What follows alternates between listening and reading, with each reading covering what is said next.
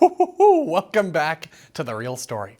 So this week marks the 101st anniversary of the U.S. Border Patrol, otherwise known as America's Watchmen. The U.S. Border Patrol was established on May 28, 1924. And back then there were only about 450 members of the agency. However, now there are roughly 20,000 Border Patrol agents in this country, and they've made significant headway in securing America's borders under the leadership of the Trump administration. They've put a stop to nearly 100% of illegal border crossings. The days of massive migrant caravans are just seemingly over, just like that. And more than 66,000 illegal immigrants were arrested during President Trump's first 100 days in office, with over 65,000 illegal immigrants having been deported, according to ICE data. In fact, over 17,000 people were deported in April alone. And given their success to date, there's no better way to honor the agency's anniversary than by turning up the pressure. So to that point, the Trump administration is setting a new goal of arresting 3,000 illegal immigrants daily. That's 3 times the current rate. So it's ambitious.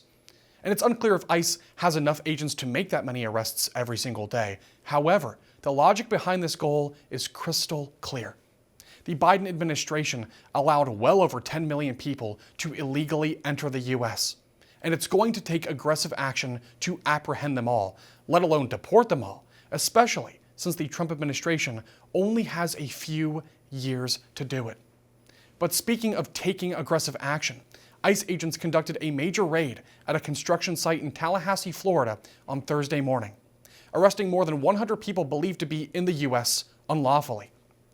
Authorities said there were people from multiple different countries, and some of them had reportedly been deported before the raid. Some of them also had criminal histories, although technically all of them do, because entering the country illegally is a crime. But that's not even the only immigration raid to happen at a construction site this week. So federal agents also raided one in New Orleans, Louisiana on Tuesday morning. And nearly everyone on site was asked to provide proof of their ability to work as well as their residency. The total number of arrests that were made is currently unknown, and their identities are also unknown, at least as of right now. But the only detail that really matters here is that they're in the country illegally. It doesn't really matter why they came here. It also doesn't really matter how they got here. And while they should still be treated, yes, with some basic human decency, ICE agents have every right to arrest, detain, and remove them. And of course, the DHS has every right to deport them. That's how a serious nation works. Nonetheless, Democrat officials all across the country have continued to obstruct authorities from doing their job. And that includes the mayor of Nashville, Tennessee, Freddie O'Connell, about whom our next guest announced an investigation into during a press conference on Memorial Day.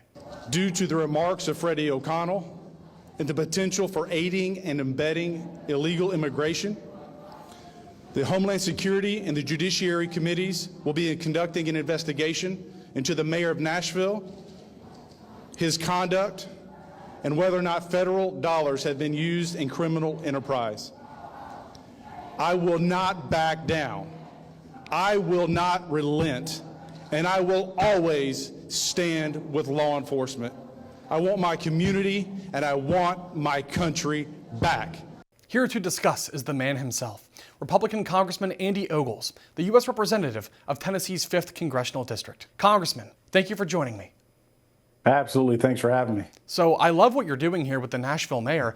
I want to ask you to elaborate more on how things stand today. Yeah, so we officially sent out this notice. It's a joint investigation by the Homeland and Judiciary Committees. We'll be looking into the conduct of the mayor of Nashville and, of course, the city of Nashville. And keep in mind, Nashville is the jewel of the South. It's the economic engine of the South. But we have a woke, radical, activist mayor who's undermining our city, and I, for one, have had enough. And just to clarify as well, is Nashville technically a sanctuary city or not?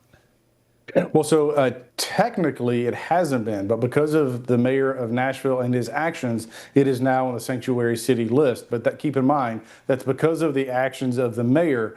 And so he needs to be held accountable. So, going back, there was this ICE raid. The mayor of Nashville instructed members of local law enforcement to report any activity with federal agents. He then went even further, encouraging citizens. So there's a community oversight board over the police department, encouraging citizens to file complaints against his own members of law enforcement, the Metro Police Department. So this is a mayor that's undermining federal authorities. He's targeting his own employees for the sake of his woke activism. And keep in mind, you have murderers, rapists, drug smugglers, human smugglers were on the list of people that were being apprehended and deported by ICE. And this mayor is defending illegal criminals versus the city of Nashville. I mean, why do you think that is? I don't understand, to your brilliant point there, the fierce opposition, the hysteria about this. I mean, instead of governing your own people and benefiting and protecting your own people, you're trying to protect people who are gaming the system to come here to prey upon your own people. Yeah, I mean, I think when it comes to these radical mayors, it's almost become a religion for them. And so they're blindly seeking the defense of illegal criminals. And again, they're criminals versus protecting his own people. And so just, a few days ago, there was a Chilean gang that was apprehended in Brentwood, a suburb of Nashville. And this gang was systematically breaking into homes. We had a situation where a gang broke into a home. A 15-year-old girl was there in the bath. She was able to hide and evade detection. But this is the type of situation and circumstance that the mayor is allowing to happen. And it's unfortunate that you have a member of Congress having to step in and defend a city from a woke radical mayor like Freddie O'Connell. I never thought I would see the day, truly, Congressman. Right. But thank you for doing that, by the way. I do want to pivot to this new goal of 3,000 arrests every single day. What do you make about that? Well, I mean, I think that's a start. I mean, we need to be arresting and deporting 10,000 a day.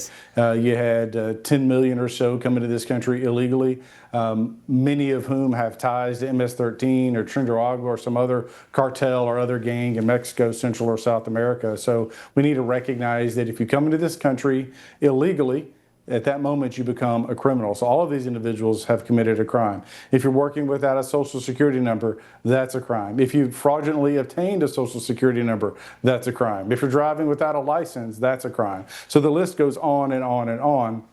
And we've got to get back to this idea of rule of law and hold these folks accountable and start deporting individuals. And like I said, I've seen, as a member of Homeland Security Committee, I've seen the classified briefing on really the network that these gangs and these cartels have into the United States of America. And keep in mind, when we think of the words gang, this isn't some street corner apparatus. These are corporations. These are big. I mean, they would rival, the distribution network would rival, say, FedEx as far as their reach into most cities across the country. And so we've got to fight back. And if we don't, and we let these gangs get a foothold in our cities, then suddenly you're fighting for your street corners, corner by corner. And that can be avoided if we simply get serious about arresting those who are here illegally. Sir, I mean, it's public safety, but it's also about national security. So that brings me to my final question for you, sir. So the Supreme Court, apparently they're allowing the Trump administration now to end those Biden-era parole programs for migrants. It protected 500,000 plus people from Nicaragua and Haiti and Venezuela. I think this is good news, but I also don't understand why the Supreme Court even needs to weigh in because, as far as I'm concerned, the Trump administration has every right to end those parole programs. Well, I've been screaming at the top of my lungs about these woke activist judges getting in the way of President Trump and really usurping his authority and overstepping their own. And our founding fathers, Madison and Hamilton, warned us about a too powerful judiciary and that it could actually upset the balance of powers. And you now see that coming to fruition today. So Madison said, if you're not careful, your judiciary can become all powerful. We're seeing it today. Hamilton actually relegated the judiciary to a minor, lesser branch of government. So that being said, we need to get back to honoring the intent of our founding fathers. We need to get back to this idea of the legislative branches, which are the House and the Senate, not the judiciary. But what's happened with these activist judges, they have become writing law, making law through their own judgments, which is not what the founders intended. Certainly not, and I don't think the founders would ever imagine a situation where the sitting U.S. president unsecures their own border intentionally. We can talk about motives, why. I think it's political. They want more voters. That's a different conversation. But still, to imagine what Biden and Harris did, and then what Alejandro Mayorkas did, and they all just got away with it. Zero accountability. That's just, it breaks my heart, really. But thank you for your time today, Congressman. I really appreciate it. Absolutely. Thanks for having me on.